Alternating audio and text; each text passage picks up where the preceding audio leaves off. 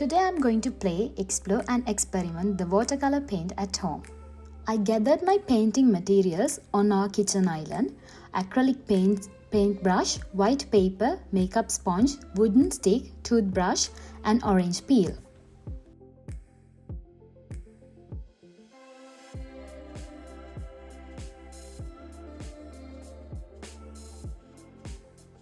First, I squeeze out the thick acrylic paint onto a plate.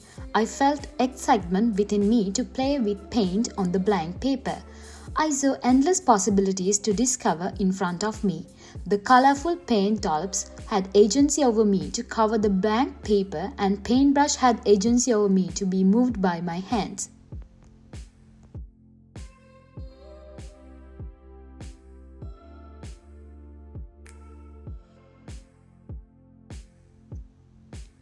I experimented with different pressures and angles, exploring the range of textures and marks that the brush could create.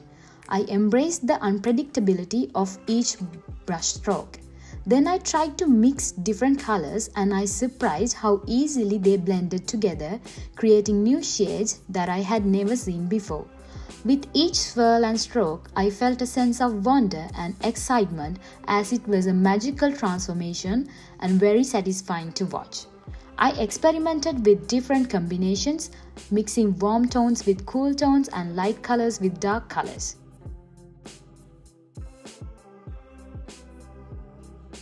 Then I used the makeup sponge to dab and blend the colors together, and it created different textures. When I pressed the sponge into the paint, I watched the way it absorbed the colors.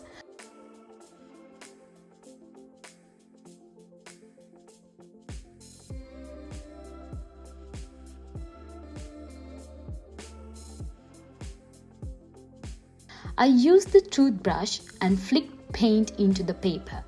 Paint dots scattered across the paper freely, and it looked like a beautiful pattern.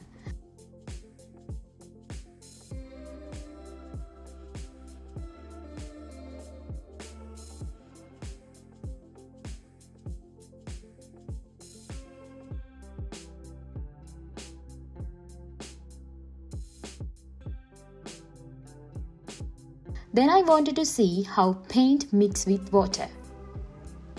I dipped my paintbrush into the water container and witnessed how paint smoothly and slowly blending with water.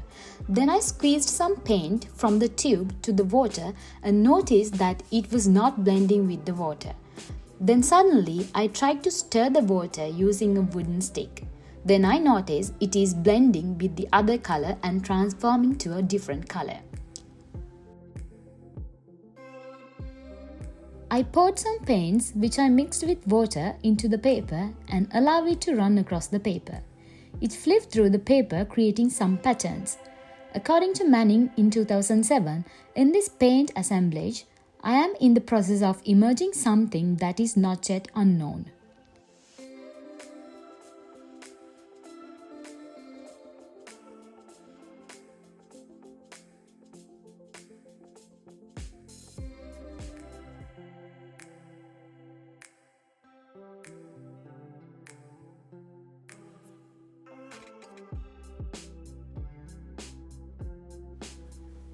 As paint encourages bodies to join together in collaboration and cooperation, while inviting to engage in creativity and expression, I wanted to touch the paint. I dipped my fingers into the paint and I felt the slickness, smoothness, thickness and slipperiness. I pressed my fingertips on the paper and came up with fingerprints and patterns.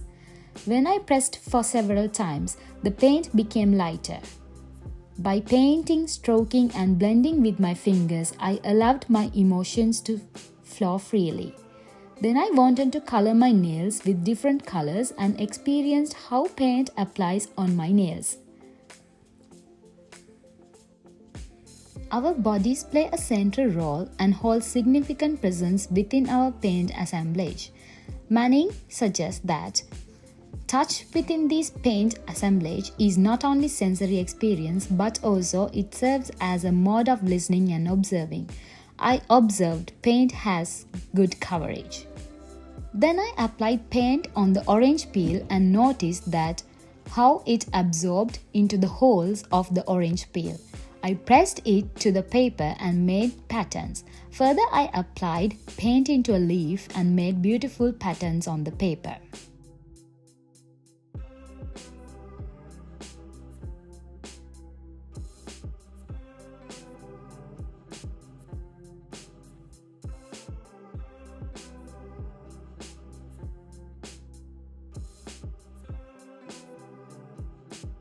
Finally, I wanted to mix all the colors and to discover one color.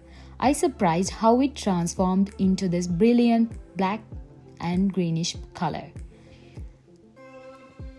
Vibrant colors of paint, white blank paper, paintbrush and other materials invites different actions, different movements, and paint assembled human and non-human bodies and became an assemblage in itself.